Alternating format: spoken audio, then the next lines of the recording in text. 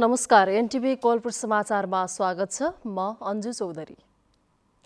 प्रदेश सरकारहरूले बजेट प्रस्तुत गर्दा अर्थ विविध शीर्षकमा राखेको रकम राजनीतिको विषय बन्छ। त्यो बजेटको दुरुपयोग हुन सक्ने भन्दै प्रतिपक्षी दलले विरोध गर्ने र सत्तापक्षले बचाउ गर्ने प्रचलन कायमै छ। यसपटकको बजेटमा पनि प्रदेश सरकारमा त्यही परिपाटी देखिएको छ, जसका कारण सरकारले ल्याएको आगामी आर्थिक वर्षको बजेटमाथि छलफल रोकिएको छ। आजको समाचारमा मध्य असार कटिसक्दा सुदूरपश्चिम प्रदेशमा भने आधा रोपाइ सकिएन। कृषिमा बढ्दो यान्त्रिकरणको फाइदा लगायत देश विदेश र खेलकुदका विविध खबरहरू हुनेछन्। तर सुरुमा प्रमुख समाचार। लुम्बिनी प्रदेशसभाको आजको बैठक पनि स्थगित। प्रमुख प्रतिपक्षी दल नेकपा एमालेको नाराबाजीका कारण बजेटमाथिको छलफल अघि बढ्न सकेन। मनसुन ढिलो भित्रिएका कारण सुदूरपश्चिममा हालसम्म 40% मात्रै रोपाई सम्पन्न। यस वर्ष 1,75,000 हेक्टरमा खेती हुने सम्भावना। नागरिकलाई स्वरोजगारमा जोड्ने गरी बजेट बनाइएको लुम्बिनी प्रदेशका मुख्यमन्त्री चौधरीको भनाई। कमजोर वर्गबाटै समृद्धिको सुरुवात गरिने। फ्रान्समा लगातार पाँचौं रात पनि देशभर हिंसात्मक प्रदर्शन। संयौं सरकारी भवन र गाडीमा आगजनी। राष्ट्रपतिको जर्मनी भ्रमण समेत स्थगित। र आइसिसी एक दिवसीय विश्वकप छनौट क्रिकेटमा आज नेपालका लागि युएईको 182 रनको लक्ष्य। 7औं स्थानको लागि नेपालले पछ्याउँदै। समाचार अब विस्तारमा। प्रमुख प्रतिपक्षी दल नेकपा एमालेको अवरोधका कारण आजको लुम्बिनी प्रदेशसभाको बैठक स्थगित भएको छ। भोलि दिउँसो 1 बजे बैठक बस्ने गरी प्रदेशसभाको बैठक स्थगित गरिएको सभामुख तुलाराम घरतीले जानकारी दिनुभयो। प्रमुख प्रतिपक्षी दलको आवाजलाई सम्मान गर्दै बैठक स्थगित गरेको सभामुखले जानकारी दिनुभयो। प्रदेशसभा बैठकमा प्रमुख प्रतिपक्षी दलका सांसदहरूले बैठकमा नाराबाजी गरेका थिए। बजेटको विषयमा आपत्ति जनाउँदै विरोध गरेपछि बैठक अघि बढ्न सकेको छैन। त्यसपछि अवरुद्ध संसद बैठक आजको लागि आह्वान गरेको थियो। सांसदहरू रोस्टम अगाडि उभिएर विरोध जनाएका थिए। अर्थमन्त्री धनबहादुर मास्कीले सदनमा आगामी आर्थिक वर्षको राजस्व र व्ययको वार्षिक अनुमानमाथि सैद्धान्तिक छलफलको प्रस्ताव पेश गर्नुभएको छ।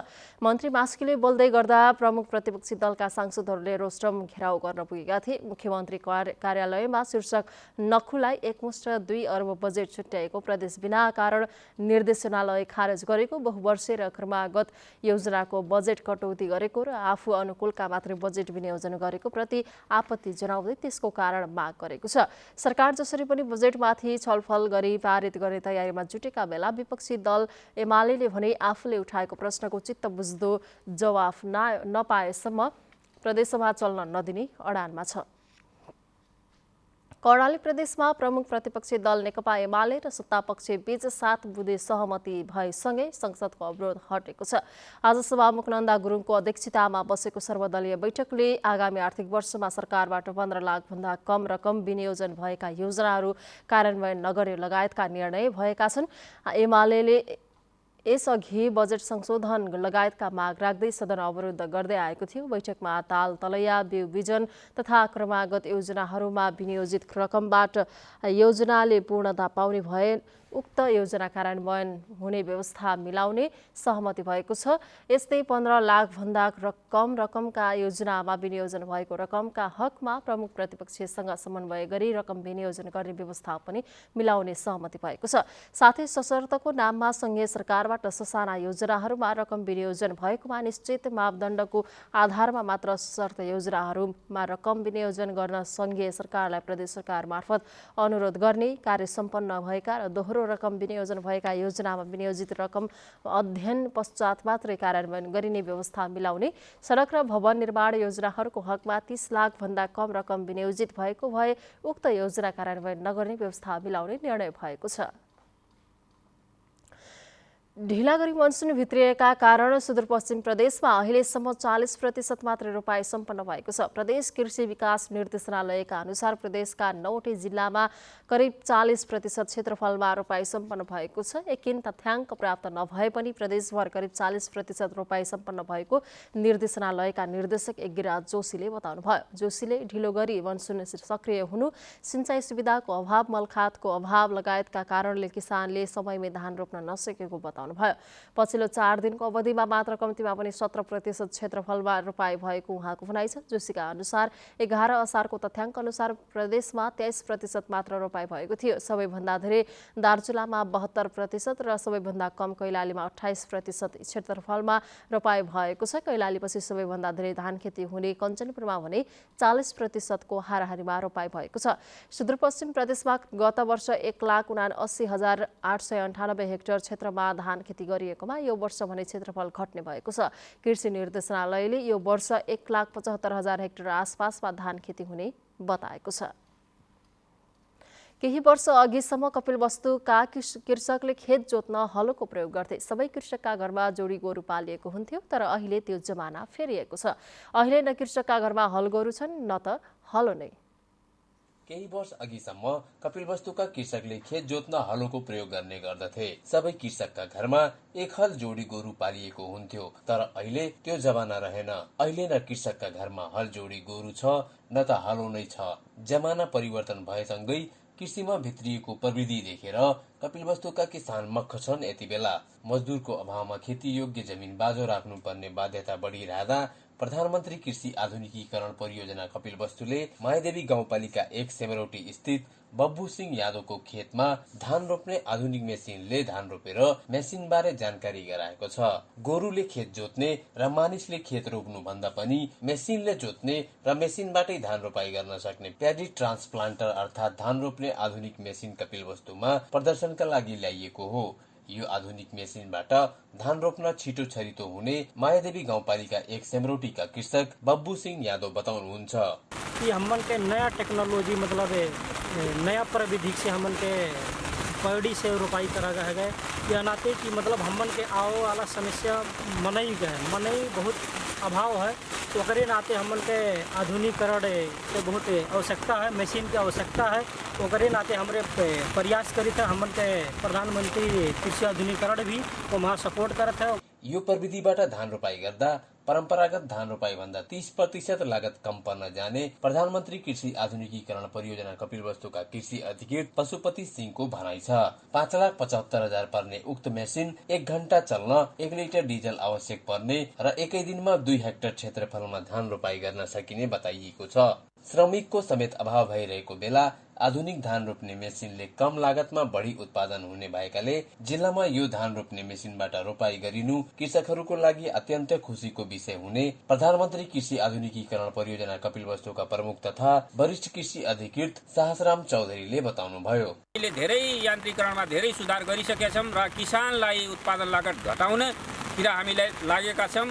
खेतीमा यान्त्रिकरण भयो भने किसानको उत्पादन लागत घट्छ हामीलाई लागेको छ। र आज जुन चाहिँ हामीले धान रोपाई मेसिनबाट जुन रोपाई कार्यक्रम सम्पन्न भयो त्यसबाट किसानले एकदम उत्साहित हुनु भएको छ र जुन धेरैजना मान्छेले काम गरिराखेका थिए एउटा मसिनले त्यो मान्छेको कामलाई चाहिँ घटाएको छ। कृषिमा यान्त्रिकरणको प्रयोगमा वृद्धि भइरहे तापनि कृषकमा आवश्यक प्राविधिक ज्ञानको भने अभाव छ। नेपालमा दिन प्रतिदिन कृषि यान्त्रिकरण दर बढ्दै गएको छ। कृषिमा यान्त्रिकरण बिना फसल उत्पादनमा वृद्धि हुन नसक्ने भन्दै कृषकहरूले विशेष अनुदानको व्यवस्था गर्न माग गरेका छन्। आधुनिक प्रविधिबाट रोपाई हुँदा पर्याप्त जनशक्तिको आवश्यकता नपर्ने र समयको समेत बचत हुने हुँदा यस प्रविधिलाई छिट्टै देशभरि लैजान सके कृषि क्रान्तिमा नेपालले फड्को मार्ने निश्चित छ। वासुदेव वर्मा, नेपाल टेलिभिजन, लुम्बिनी प्रदेश, कपिलवस्तु।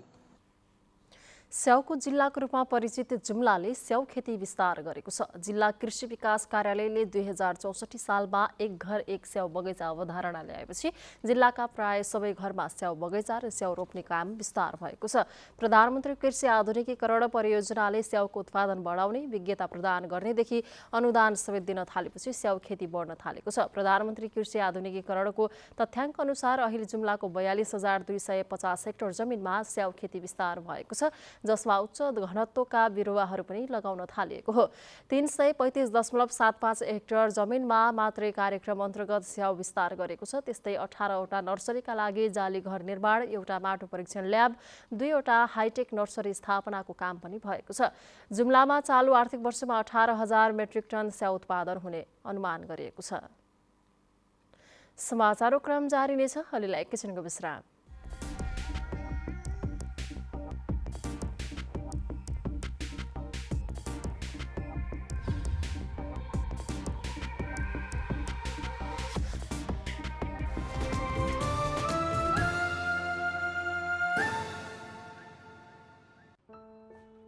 प्लास्टिक जन्य सामग्रीहरूको कथा हो। यो सानो कुरा हो। केही समयका लागि यसको प्रयोग गरिन्छ, त्यसपछि फ्याँकिन्छ।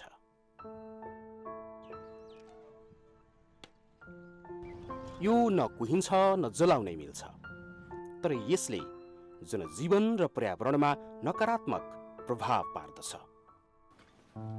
यसको व्यवस्थापन यसरी नै हुनुपर्छ भन्ने छैन, तर प्रशोधन गरेर यस्ता प्लास्टिक जन्य सामग्रीहरूलाई हामीले दोस्रो मौका दिन सक्छौँ। यसलाई नयाँ उत्पादनमा परिणत गर्न सकिन्छ, प्राकृतिक स्रोतको संरक्षण गर्न र प्रदूषण नियन्त्रण गर्न सकिन्छ।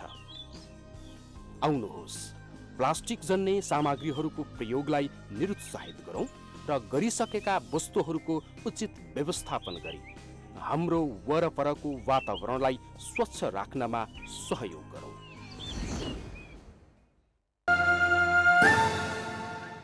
विश्रामपछि समाचारमा पुनः स्वागत छ। अब बाँकी समाचार। लुम्बिनी प्रदेश सरकारका मुख्यमन्त्री डिल्ली बहादुर चौधरीले प्रदेश सरकार जनताको सरकार बनेको बताउनु भएको छ। प्रदेश सरकारले सबै नागरिकको गुनासो सुनवाई गरेर बजेट विनियोजन गरेर विपन्न नागरिकलाई स्वरोजगार बनाउनेतर्फ आफ्नो नेतृत्व लागि परेको बताउनुभयो। पाल्पामा पत्रकारसँग बोल्दै मुख्यमन्त्री चौधरीले प्रदेश सरकारको मुख्य लक्ष्य भनेको समृद्धि हासिल गर्ने भएको हुँदा त्यो समृद्धि पूर्वाधार विकासभन्दा नागरिकको आर्थिक स्तर वृद्धिबाट ल्याउने गरी काम गर्ने बताउनुभयो। कमजोर वर्गलाई आय आर्जनमा जोडेर मात्र आर्थिक समृद्धि हासिल गर्न सकिने बताउँदै मुख्यमन्त्री चौधरीले जसको आय स्तर कमजोर छ ती वर्गलाई रोजगारमा जोड्न जरुरी भएको बताउनुभयो। युवा, महिला, दलित तथा तल्लो तहसम्मको नागरिकको जीवन स्तरमा सुधार हुन नसक्दासम्म देशको विकास सम्भव नभएको मुख्यमन्त्री आर्थिक विकास कार्यक्रम मार्फत स्थानीय तहसँगको समन्वयमा कार्य गर्ने उहाँले बताउनुभयो। अस्पतालमा बिरामीको चाप बढेपछि रूपन्देही र आसपासका जिल्ला अस्पताल तथा स्वास्थ्य संस्थामा रगत अभाव भएको छ। रक्त सञ्चार केन्द्र बुटवलमा दैनिक करिब 100 युनिट रगतको माग छ। अन्य समयमा रक्त सञ्चार केन्द्रले कपिलवस्तु, नवलपरासी, पाल्पा, दाङ, चितवनसम्म दैनिक 50 युनिटसम्म रगत पठाउने गरेकोमा हाल ओ समूहको रगत बाहेकका सबै रगतको अभाव छ। केन्द्रका ल्याब टेक्निसियन चन्द्रबहादुर झेडीले एउटै व्यक्तिले 3 देखि 5 पोका रगत माग्ने गरे पनि दिन नसक्ने अवस्था रहेको बताउनुभयो। रक्त सञ्चार केन्द्र बुटवलमा अहिले 24 घण्टा रगत माग्ने बिरामीका आफन्तको भिड लाग्ने गरेको छ। समयमै रगत नपाउँदा कतिपय बिरामीको उपचार सेवा प्रभावित भएको छ। समय समयमा भइरहने रगत अभावलाई दीर्घकालीन रूपमा समाधान गर्ने उपायबारे खोजी हुन सकेको छैन। रगत मानव उपचारका लागि नहुने भए पनि बेला बेला यसको अभाव हुने गरेको छ। त्यसैले रगत अभाव हुन नदिनका लागि कसले के गर्नु पर्ला भनेर रूपन्देहीकै केही नागरिकहरूलाई सोधेका छौँ। हेरौँ आजको आवाजमा।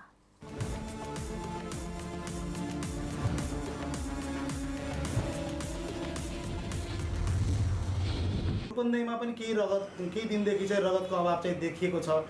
हामीले स्वयंसेवी रक्तदाताहरूलाई फोन गरेर बोलाएर इमर्जेन्सी ब्लड डोनेसन गराएर सबै गरेर रक्तदान त गराइरहेछौँ, पुगिरहेको छ। तथापि समयमा रगत व्यवस्थापन नसक्दा बिरामीको उपचारमा चाहिँ गम्भीर अवस्था आइरहेको छ। अभाव हुन नदिनको लागि जनचेतना महत्त्वपूर्ण कुरा हो। रक्तदान जनचेतना कुराको रगतको अभाव नहुनको लागि त सर्वसाधारणहरूलाई जनचेतना कार्यक्रमहरू राख्ने, एवारनेसहरू कार्यक्रमहरू राख्ने र नियमित रूपमा रक्तदान कार्यक्रमहरू राख्दै जाने हो। र युवाहरू रक्तदानको लागि खास गरेर युवाहरूको नै आवश्यकता पर्दछ। हाम्रो जुन पिसाब पसिनाबाट निरन्तर खेर जाने रगतलाई प्रत्येक 3 महिनाको अन्तरमा एक परिवारबाट एकजना मात्रै रक्तदान गर्नको लागि रक्तदाता निस्कनु भयो भने यो रगतको अभावबाट बिरामीलाई रगत पाइएन भनेर तडपडिन पर्दैन। जो कोही सामान्य मान्छेले पनि आफ्नो रगत दान गर्न सक्छ। रगत दान गर्दैमा उसलाई केही खराबी हुने भन्ने हुँदैन। यो एउटा नियमित शारीरिक प्रक्रिया अनुसार नै दिन सकिन्छ। त्यही भएर यदि ऊ स्वस्थ छ भने स्वस्थ व्यक्तिले चाहिँ रगत दिन सक्छ। रगतको अभाव हुनसक्छ, त्यही भएर चाहिँ ब्लड ब्याङ्कमा रगत सञ्चित नहुनसक्छ। त्यही भएर चाहिँ सबैजना जनचेतना जगाएर चाहिँ र बेला बेलामा रगत दान गर्नुपर्ने हुन्छ। यस्तै गरी जस्तै हामी नेपाल स्वयंसेवी रक्तदाता समाज रगत सङ्कलनको निम्ति दौडिरहँदा अरू यस्तै सहयोगी धेरै सङ्घ संस्थाहरू पनि यस समाजमा यसै गरी लागिरहने हुने रगत अभाव हुनबाट अलिकति सहज हुन्थ्यो होला। अझै पनि हामी यो सुस्ता साइडतिर दुर्गम एरियातिर अझै पनि त्यहाँ जाँदा हामी रगत दियो भने हामी कमजोर हुन्छौँ, हामीले रगत दिन हुन्न भन्ने अझै पनि त्यो सोच छ। त्यो सोचलाई पनि चिर्न हामीले धेरै अरू सहयोगी दाताहरू, सहयोगी सङ्घ संस्थाहरूसँग समन्वय गरेर पनि हामीले रगत सङ्कलन गर्न सक्यो भने अलिकति यो बिरामीलाई रगत अलिक सहज तरिकाले पुर्याउन सकिएला। एउटा कसैको रगतबाट चाहिँ एउटा जीवनलाई चाहिँ पुनः ताजा एउटा स्वच्छ गराउन सक्छ भने उनीहरूको लागि एकदमै यो एउटा चाहिँ जनचेतना फैलाउने पनि हो कि यसमा विशेष गरेर चाहिँ एउटा स्वच्छ व्यक्तिले आफू स्वस्थ छ भने अरूलाई पनि स्वच्छ गराउनका लागि एउटा रगतको महत्त्वपूर्ण चाहिँ सबैलाई बुझाउनुपर्छ र बुझ्नु पनि पर्छ।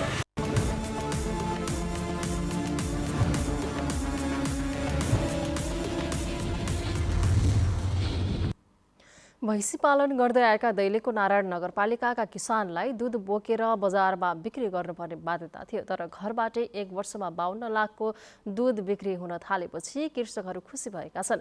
3वटा टोलका किसानले 1 वर्षमा 52 लाख रुपियाँ गाउँमा भित्र्याउन सफल भएका छन्। दैलेखको नारायण नगरपालिका वडा नम्बर 3 कालीमाटी, वडा नम्बर 11 विन्ध्यावासिनी, वडा नम्बर 6 बिजौराका किसानहरूले 1 वर्षमा बिक्री गरेको 80,000 लिटर दुधबाट 48 लाख र उत्पादनका आधारमा प्राप्त 4 लाख अनुदान गरेर 52 लाख रकम गाउँमा भित्राउनु भएको छ। राम्रो ल्याइदियो। भैँसी मसँग 2टा छन्।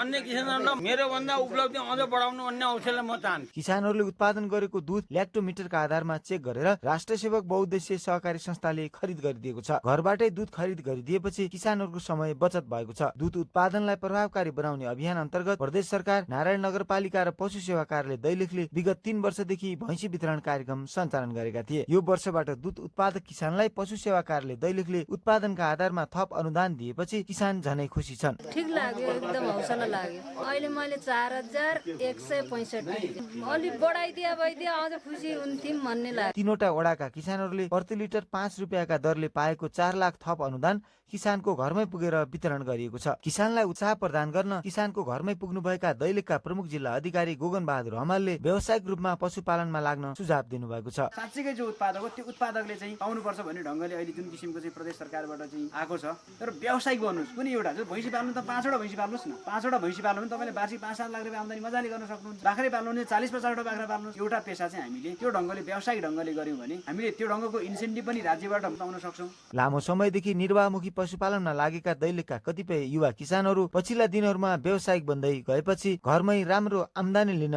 सफल भएका छन्। मैले 2टा भैँसी पालेको थिएँ। दुध 12-1400 लिटर दुध बेचेको थिएँ र अहिले 7,000 पैसा आयो। दुध नबेचे भए पैसा आउँथेन। आफ्नो जीवन स्तर उगास्ने, आफ्नो आर्थिक अवस्था उगास्ने हो। भैँसी पालेर दुध पनि बिक्री हुने भयो, अनि खेतीहरू पनि लगाउन मिल्ने भयो, मलजल पनि हुने भयो। कृषि र पशुपालनमा लागेका सक्रिय व्यावसायिक र वास्तविक किसानहरूलाई सरकारले उत्पादनका आधारमा अनुदान दिने कामलाई थप प्रभावकारी बनाउन सके पशुपालनमा युवाहरूको आकर्षण बढ्ने देखिन्छ। विष्णु शर्मा, नेपाल टेलिभिजन, कर्णाली प्रदेश, दैलेख।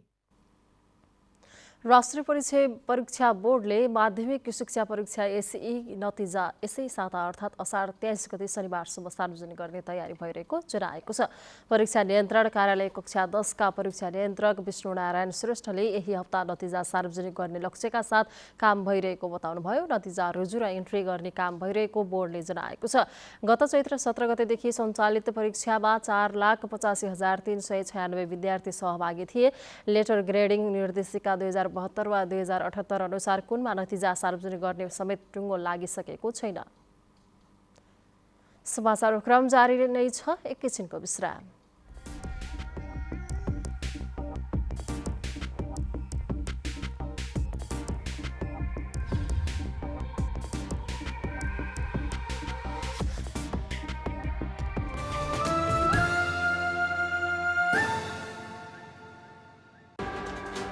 लुम्बिनी, कर्णाली र सुदूरपश्चिमको आवाज, सत्य सूचना, निष्पक्ष विचार र तटस्थ विश्लेषण, समावेशी आवाज र समतामूलक चरित्र बोकेको देशको सञ्चार सहयात्री, जनताको सूचनाको अधिकार, हामी जिम्मेवार। खबरै खबरको दुनियाँमा अब नयाँ आयाम। विकास र समृद्धिका लागि सञ्चार, एनटिभी कोहलपुर समाचार। तपाईँ अहिले एनटिभी कोहलपुर हेर्दै हुनुहुन्छ। अब बाँकी समाचार। अविरल वर्षाका कारण पाल्पाका विभिन्न सडकहरू बन्द भएका छन्। 2 दिनदेखि परेको वर्षाले सिद्धार्थ राजमार्ग, कालीगण्डकी करिडोर तथा विभिन्न सडक खण्डहरू बन्द भएका छन्। सिद्धार्थ राजमार्ग अन्तर्गत माथागढी गाउँपालिका 1 धैरेनी, बगनासकाली 4 सेरा र रम्भा गाउँपालिका 3 लसुने नजिकै पहिरो खसेको छ। यस्तै कालीगण्डकी करिडोर अन्तर्गत पाल्पाको रम्भा 2 र 3 को सिमानामा रहेको सहर्ती खोला पुल नजिकै पहिरो खसेपछि सडक अवरुद्ध भएको छ। बिहिबार रातिदेखि परेको वर्षाले कालीगण्डकी करिडोर अवरुद्ध भएको हो। वर्षाका कारण पहिरो हटाउन समस्या भइरहेको छ। सडक माथिबाट ढुङ्गासहित पहिरो खस्ने क्रम जारी रहेको रम्भा 1 का वडाध्यक्ष ईश्वर काफ्लेले बताउनुभयो। कालीगण्डकी करिडोर अन्तर्गतकै रामपुर नगरपालिका 1 स्याउली बजार र साखर्दी खोलाको बीच भागमा पहिरो खसेपछि सडक अवरुद्ध भएको छ। पूर्व पाल्पा जोड्ने आर्य भन्ज्याङ, जबगादी, रामपुर सडक खण्डका विभिन्न स्थानमा पहिरोले सडक अवरुद्ध भएको छ। रामपुर जोड्ने सडक निजदी 5 ढुङ्गाना बेसी नजिकै पहिरो खसेको छ। सडक अवरुद्ध भएपछि यात्रु बीच बाटोमै अलपत्र परेका छन्। अब अन्तर्राष्ट्रिय समाचार।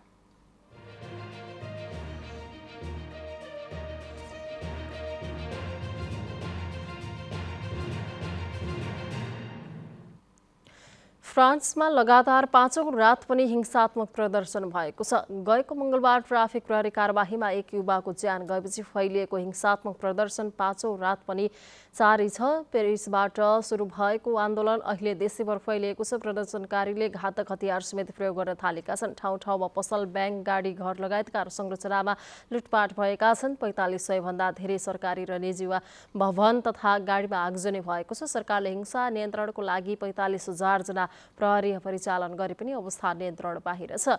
प्रहरीले अहिलेसम्म 2500 जना भन्दा धेरैलाई पक्राउ गरिसकेको छ। पक्राउ परेकाहरू धेरैजसो किशोर अवस्थाका छन्। कतिपय ठाउँमा कर्फ्यू लगाइएको भए पनि त्यसको उल्लङ्घन भइरहेको छ। फ्रान्सको राजधानी पेरिसमा गएको मङ्गलबार 17 वर्षका किशोर नाहिल एमको हत्यापछि हिंसात्मक प्रदर्शन भइरहेको छ।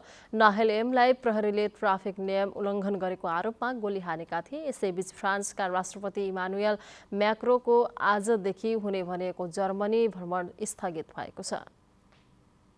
अब आर्थिक समाचार।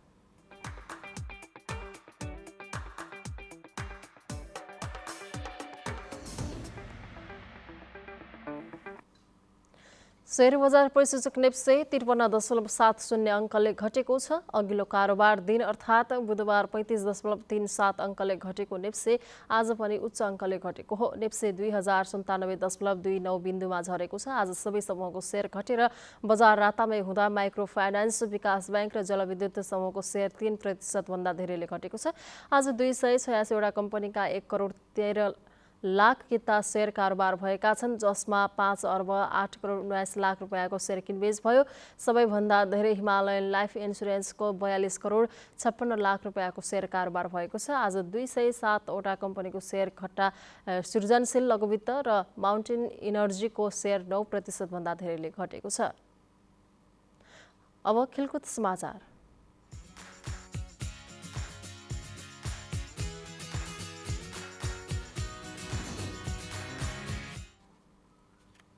जिम्बाब्वेमा भइरहेको आइसिसी 1 दिवसीय विश्वकप छनौट प्रतियोगिता अन्तर्गत 7औं स्थानको प्लेअफ खेलमा अहिले युएई र नेपाल खेलिरहेका छन्।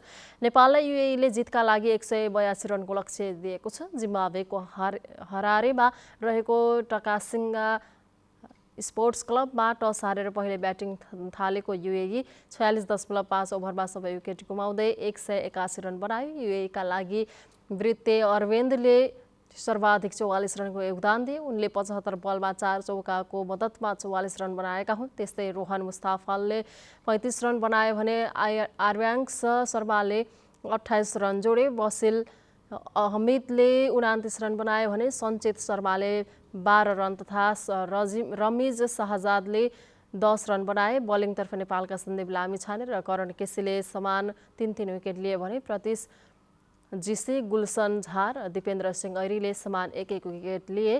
यस खेलको विजेताले 7औं स्थानको लागि मङ्गलबार आयरल्यान्डसँग प्रतिस्पर्धा गर्नेछ भने पराजित टोलीले 9औं स्थानका लागि अमेरिकासँग खेल्नेछ।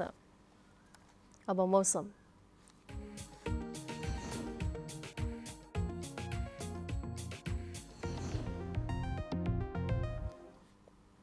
हाल बागमती गण्डकी लुम्बिनी र कर्णाली प्रदेशमा सामान्यदेखि पूर्णतया बदलिरही बाँकी भूभागमा आंशिकदेखि सामान्य बदलिरहेको छ। आज राति पनि देशभर आंशिकदेखि सामान्य बदलिरहनेछ। कोशी मध्य प्रदेश बागमती र गण्डकी प्रदेशका केही स्थानहरूमा तथा बाँकी प्रदेशका थोरै स्थानहरूमा हल्कादेखि मध्यम वर्षाको सम्भावना रहेको छ। अब मौसम सम्बन्धी थप विवरण।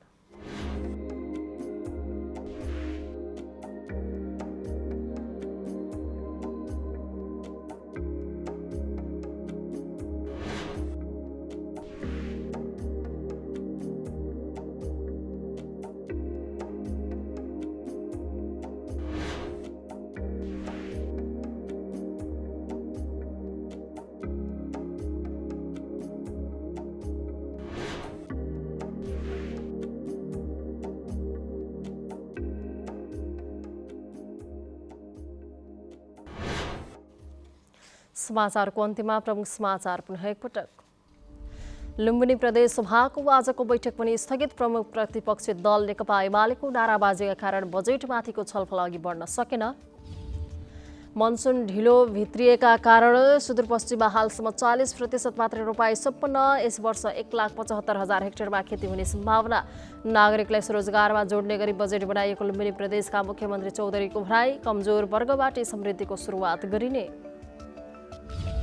फ्रान्समा लगातार 5औं रात पनि देशभर हिंसात्मक प्रदर्शन। सयौं सरकारी भवन र गाडीमा आगजनी। राष्ट्रपतिको जर्मनी भ्रमण समेत स्थगित। र आइसिसी एक दिवसीय विश्वकप छनौट क्रिकेटमा आज नेपालका लागि UAE को 182 रनको लक्ष्य। 7औं स्थानको लागि नेपालले पछ्याउँदै। हवस् त अहिलेलाई समाचारको सिलसिला यति नै। बिदा दिनुहोस्। नमस्कार।